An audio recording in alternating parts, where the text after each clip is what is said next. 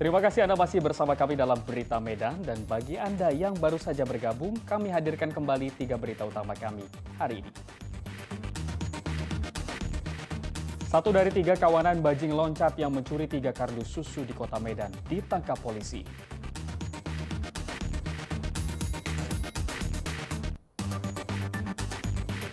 Antrean truk mengular akibat solar langka di Kabupaten Deli Serdang.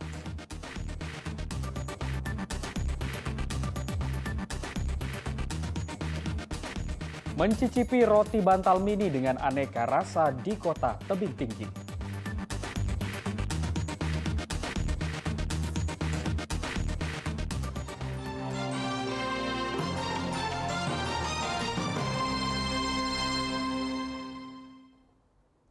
Sebanyak 393 haji kloter pertama tiba di Bandara Internasional Kuala Namu, Kabupaten Deli Serdang.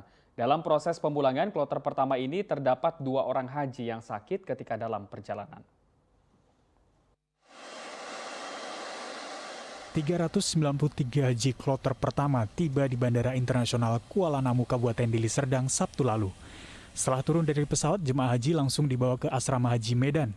Dalam proses pemulangannya dari 393 haji kloter pertama ini, ada 2 orang yang mengalami sakit. 1 orang harus dilarikan ke rumah sakit menggunakan ambulans, dan 1 orang lagi hanya mengalami kelelahan saat dalam perjalanan. Hari ini kita menyambut kepulangan jamaah haji debarkasi Sumatera Utara, debarkasi Medan. Ini untuk kloter pertama dari 10 kloter. Menurut manifest yang kita terima, di kloter pertama ini 393 ya, jamaah termasuk petugas kesehatan maupun petugas haji dan petugas pembimbing. Alhamdulillah, meskipun tadi ada yang agak kurang sehat langsung dibawa ke ambulan, tapi secara umum jamaah kita sehat semua. Salah satu jemaah haji Abdul Siregar menyebutkan cuaca ekstrim yang terjadi di Arab Saudi adalah salah satu faktor yang mengakibatkan jemaah haji kelelahan. Alhamdulillah bagus, ada masalah isi makanan semua, fasilitas dikasih. Ada keterlambatan jadwal nggak ada keberangkatan dari Madinah tadi, Pak? Keterlambatan nggak ada. Nggak ada ya, sesuai jadwal ya? Iya. Ada yang sakit tadi, Pak? Ada 1 orang ke 2 orang tadi. Ah, Nah, itu sakit apa? hanya kelelahan aja, mungkin agak cuaca karena agak ekstrim. Iya, kelelahan panas. Iya. Selanjutnya, jemaah haji akan menjalani sejumlah pemeriksaan kesehatan di Asrama Haji Medan, termasuk tes antigen. Muhammad Hamdani melaporkan dari Kabupaten Deli Serdang.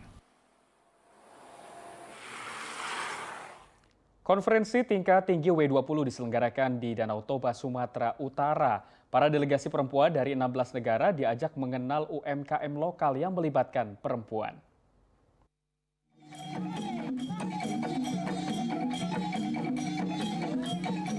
Sebanyak 16 negara di dunia menghadiri delegasi W20 pertemuan konferensi tingkat tinggi W20 Presidensi Indonesia yang berlangsung di Danau Toba 18 hingga 21 Juli 2022. Dalam rangkaian kegiatan puncak W20, para delegasi disambut tarian tortor dan dikenalkan dengan UMKM lokal. Para delegasi juga diajak menanam pohon di Toba Caldera Resort yang diinisiasi oleh Badan Pelaksana Otorita Danau Toba. Ke-16 negara yang hadir diantaranya Argentina, Australia, Prancis, Jerman, India, Indonesia, Italia, Jepang, Korea Selatan, Rusia, Afrika Selatan, Turki, Inggris, Amerika Serikat, Uni Eropa, dan Portugal. W20 membahas sejumlah isu diantaranya kesetaraan gender di ruang publik, kesehatan, pemberdayaan ekonomi perempuan, serta pertahanan terhadap perempuan disabilitas dan perempuan pedesaan.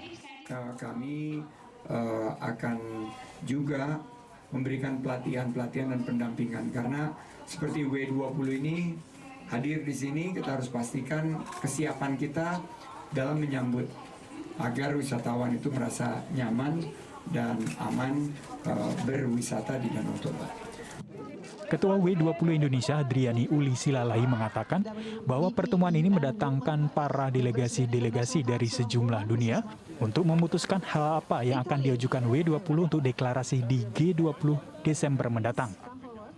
Di bawah koordinasi W20, Indonesia dalam forum G20 akan membawa isu penting mengenai peran perempuan pedesaan, khususnya di masa krisis pandemi, ekonomi, dan perubahan iklim. Sekitarnya ini untuk menyaksikan sendiri bahwa kami meminta legacy Indonesia itu adalah mengenai perempuan pedesaan, ini menjadi kenyataan dan sudah diterima.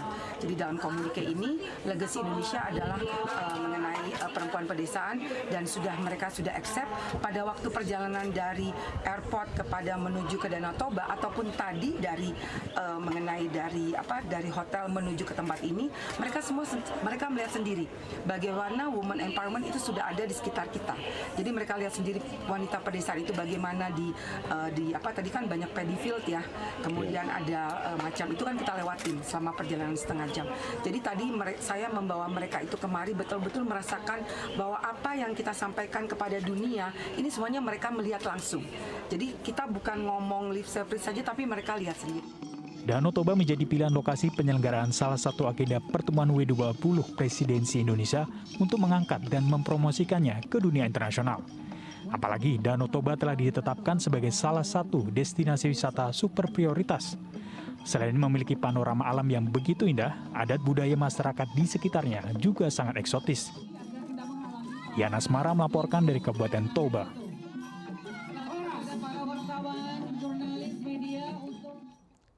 Berbicara tentang kuliner di Kota Tebing Tinggi, selain lemang, ternyata kota yang dikenal dengan budaya Melayu ini memiliki kuliner idola baru, yakni roti bantal.